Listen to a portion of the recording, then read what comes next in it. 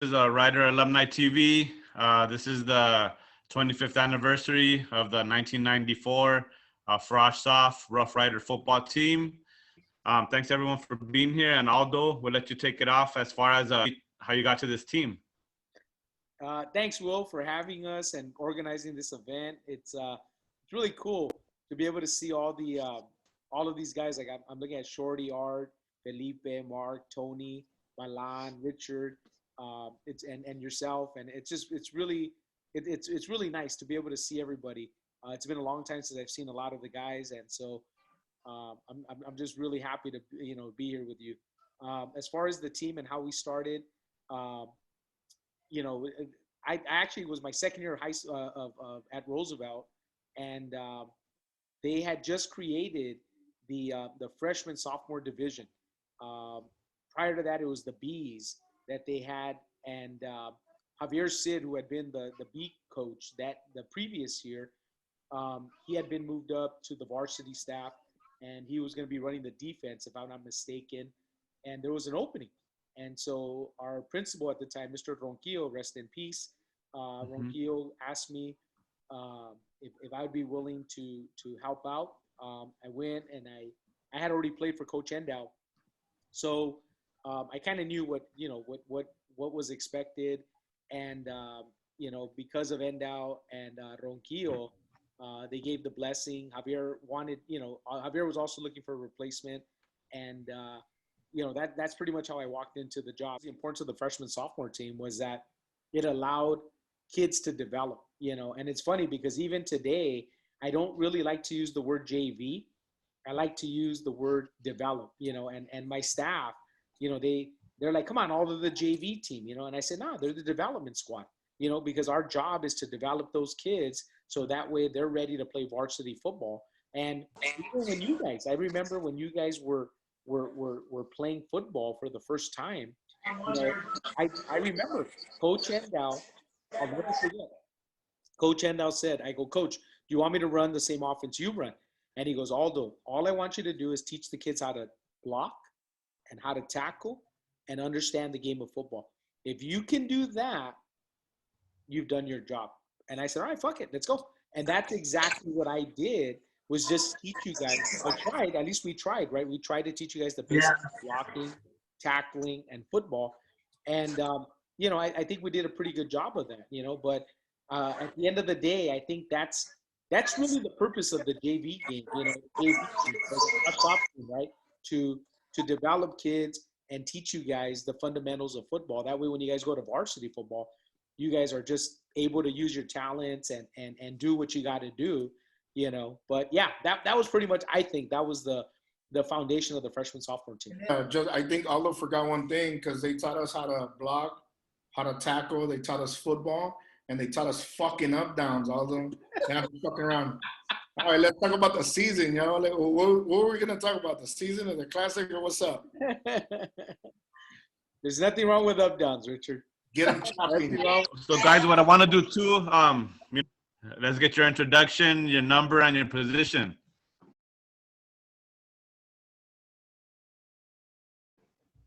All right. So in '94, I was 77, playing for the fresh soft rush team, and then once I became a junior, I changed my number to 70. I think Acosta had 77 already. So I think Gallegos was a senior right before, and he gave me the approval. He goes, "Hey man, if anybody's gonna wear my number, it should be you." So I said, "All right, cool, man. That's pretty cool."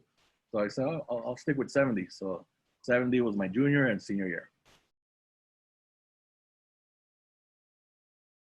Alejandro Ceja, they call me Shorty, and I was never a gang member. That was just my nickname. So I was a freshman that year. Like I said, I was number 50 because my brother Sergio, class of 88, was number 50. My brother Beto, class of 93, was number 50. So I just thought I wanted to be linebacker like my brother Sergio, who I looked up to. So I just wanted to play linebacker. I wanted to be number 50. I was fortunate that I got number 50. Again, I started some games. I played some. I talked to Will about this the other day, where I think there was only maybe like 3 freshmen that actually got some playing time, which was myself, Jerry Rossetti at tight end, and Luis Garcia Ducky, who I to this day, no disrespect, guys, but nobody has ever gave me a licking like Ducky did my senior year, and I've gone heads with all these guys right here, and they've all kicked my ass at one point or another. So we were the freshmen that played, and again, we were just kind of the supporting cast because these guys right here and others that are not on this call were the stars and made this team what it was. It was a pleasure to play for them. My 10th grade year, I moved to number 5 because I started playing running back, and that was by accident. Again, that was a different story for another day. But and then my junior year and senior year, I was number 20 because for whatever reason, our head coach at the time didn't believe in single-digit numbers for starters.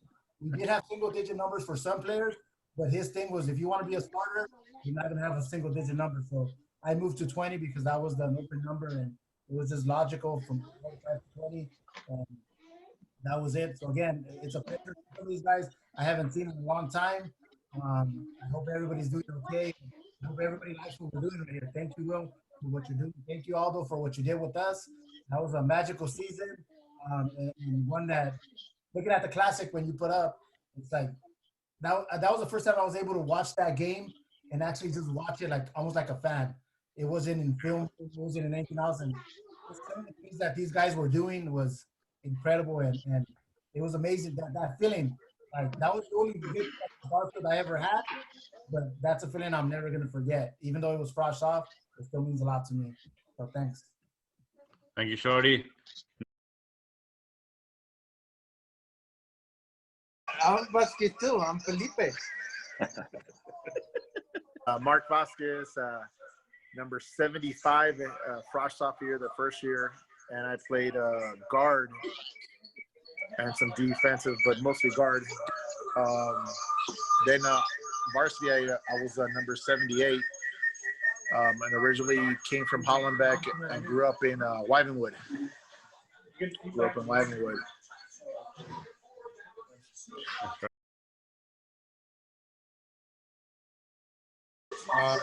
I was number 36. I played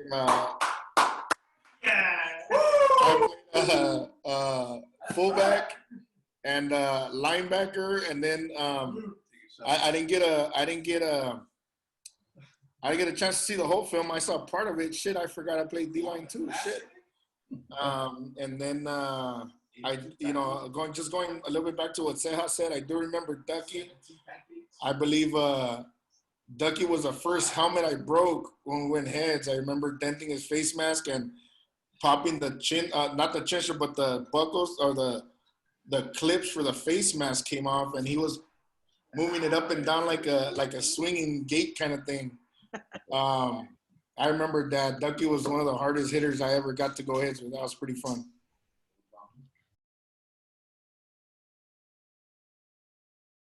Jose Balan, frost off year was number 4. Played running back, outside linebacker, kick return along with Orlando.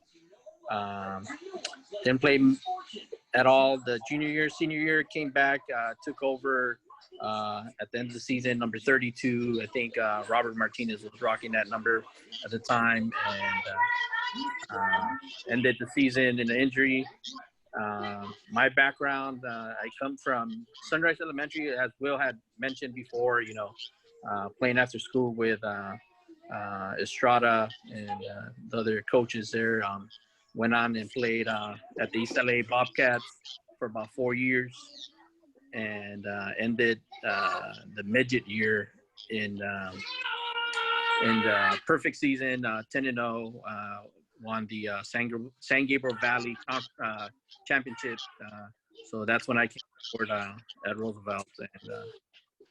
And, of course, everything had changed. And one thing that stuck out the most was the size of, the new players that I was coming along with, So I came from playing middle linebacker to moving out to the outside at outside linebacker. And that's basically it. Thank you.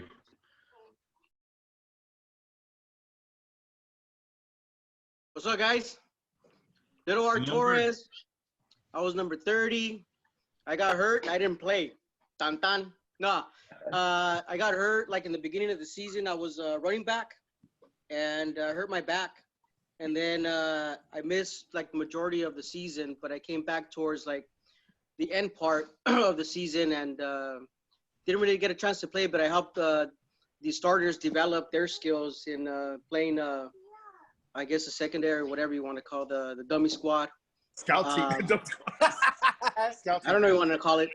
But yeah, so I helped those guys develop, and I did a lot of kickoff returns, and I did a lot of running plays, and couldn't catch me, but it was all right. You know, I still had fun. So I was still had pride being part of these guys. I mean, to this day, I know these guys, and I hang out with these guys. So we developed more than just football buddies. You know, we became brothers. But it was special being part of this team, and yeah, it was really cool. You know, really, really cool seeing these guys develop to what they, you know, playing varsity and stuff like that. But I was more kind of, I left football and I started playing baseball. So my 10th grade year, junior year, and senior year, I was varsity baseball. So team captain on my junior year and senior year. But that's another story. But yeah, I was lucky to be part of this team and you know, just be part of Aldo and you know, everybody. So it was a good times back in 10th grade. So yeah, Arturo is number 30, running back. If I'm not mistaken, we were the last, if not one of the last schools in the district to integrate 9th grade, which I think is bullshit. Yeah. Looking back, because a lot of us lost a year of playing ball. You're correct. Because I know for a fact that we, in that year, we were the first, or when we integrated 9th grade, well, not too long ago, I guess, you know, several years ago, I found out that Bell had been playing 9th graders for like 6-7 years prior to that. Mm-hmm. So I don't know. What do you think about that, Aldo? Yeah. Well, what happened was the throughout the district it was the B division, right? And the Bs had always played. As far as I know, there had always been a varsity team and a B team. And prior to Roosevelt going on the year-round calendar, see, that was not even the year-round calendar, but we were one of the last schools to actually have 9th graders on the campus. But when you looked at Bell, you looked at HP, Southgate, those guys had already gone to a 9 through 12 system way before we had. So they actually had a big advantage over us, like you said, Richard, because those kids had been playing since their 9th grade year. And on us, on our part, it wasn't until Roosevelt was going to be cleared to be a 9 through 12 school. And even then, the first year, it was only Belvedere and Stevenson kids who were allowed to attend. Seattle was the only kid from Hollenbeck. Well, there were a couple more, I think. There were a couple more. Because my compadre Eddie Quesada would say that they would see them during the season, he would wear his jersey to school. So they asked him, hey, why do you wear that jersey? Oh, I play for Roosevelt. What do you mean you play for Roosevelt? You come to Hollenbeck. So he explained to me, he's like, crazy. Or else we would have played as well. So Yeah. That's kind of fucked up and messed up for those kids that didn't get that chance either. Yeah, because when I got the job, it was actually in the spring, and we were told at the time, you're only going to be able to get the kids that are on campus. It wasn't until, and like Jerry, when we found out that he was at Hollenbeck, we said, well, just play with us. And then I went to the athletic director at the time, and he was like, no, Aldo, you could have any kid as long as they're a 9th grader. Even the Hollenbeck kids are allowed to play ball. But by that point, I mean, we had about 15, 16 kids out there. So if we would have added all the freshmen or the 9th graders from Hollenbeck, we would have had, I mean, granted, we probably would have picked up some more ball players, but we just had a bunch of kids. We had a bunch of kids. And at the time, I think the idea was just keep the Belvedere kids, keep the Stevenson kids, make the exception for the few Hollenbeck kids that want to play ball, and we'll leave it at that. So that's kind of what happened. Now, was it unfair towards us? Yeah, it was. Because like Richard said, we had a lot of 9th grade kids who could have gained the experience of playing their freshman year, but they didn't. And it wasn't until the following year that Hollenbeck integrated and they became part of the Roosevelt the 9th graders became part of Roosevelt. They totally eliminated 9th grade year at Hollenbeck middle school at that point. But it was a disadvantage. And, there's a big reason why Bal, HP, Southgate, those guys were consistently winning like at the B level because they had kids playing in their programs, right? So that was one of the advantages that they had. But in the end, we all evened up. I remember for a lot of us, it was our first year playing like organized football with pads. Like with Tony, Zepeda, even Emilio. All of us didn't never play football. Like I was too heavy to play Wolfpack or Bobcats. Yeah, that was one of the other things too. Was that I know Will had asked me. I think it was the other day when we were talking about the other about the what the importance of the Frosh-Soft team was, and I think one of the big reasons why being able to play in the 9th and 10th grade was that back until recently, I think it was just this past year that the Wolfpack actually became unlimited weight. But prior to that, there was always weight restrictions. So I'm looking at right now, I remember Richard when he came to us in his 10th grade year. I remember you, Mark, and I remember Anthony. A lot of those guys were way overweight. There's no, not that you're overweight, but there was no way you guys probably already knew the Wolfpack existed, but because of the weight requirements, you weren't going to play. Yeah, so it wasn't until you got to high school. As a matter of fact, I remember I don't know if you remember, Mark, when Louis would tell us about playing Wolfpack, because it was Louis, Sal, and I want to say Alex Donoso. There was a couple guys playing Wolfpack, and they were like, come over and play. But no, we were too heavy. Yeah. And then you were a chubby little kid. Too, my mom was like, fuck that, I ain't paying for that. Not even that, but the Wolfpack program, because I played those years and it was nothing the way it is now. So there was never that exposure when you're a kid where you play Wolfpack, not in shape, or whereas Garfield did the same as us, but they had the advantage because at that time the East LA Bobcats, they were a very strong program. So they already had that pipeline. That was their kind of pipeline to Garfield, where Wolfpack wasn't at the level it was now. So we had two teams.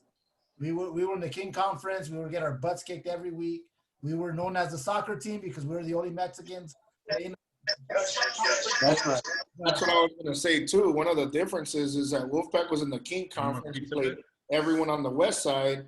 And then Garfield was already a part of San Gabriel Junior All-American, which played La Puente and all those schools out there. So they didn't see nobody like us. They didn't play nobody like us. And that's why, though, for us, that's why I think we did better against back then what you would call like the black schools of Fremonts, the Jeffs, and all that. Because to us, man, that didn't mean nothing. Yeah. But I think to Garfield, when they played those schools, it was different for them. Yeah.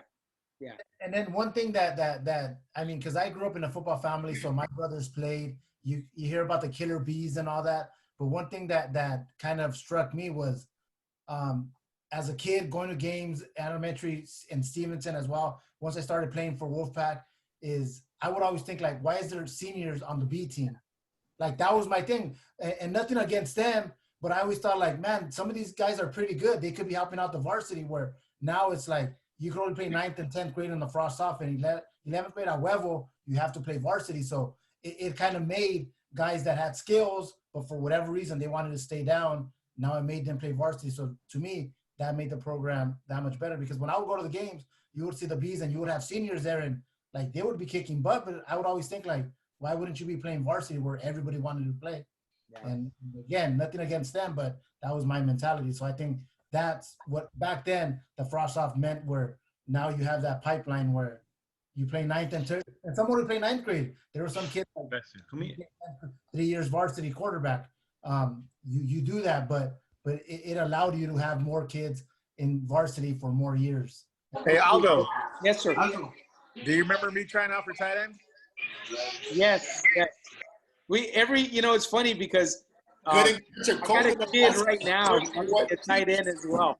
And I said, okay, mijo, okay. And we just let him think that he's going to be a tight end until, I remember that, Mark. I remember that.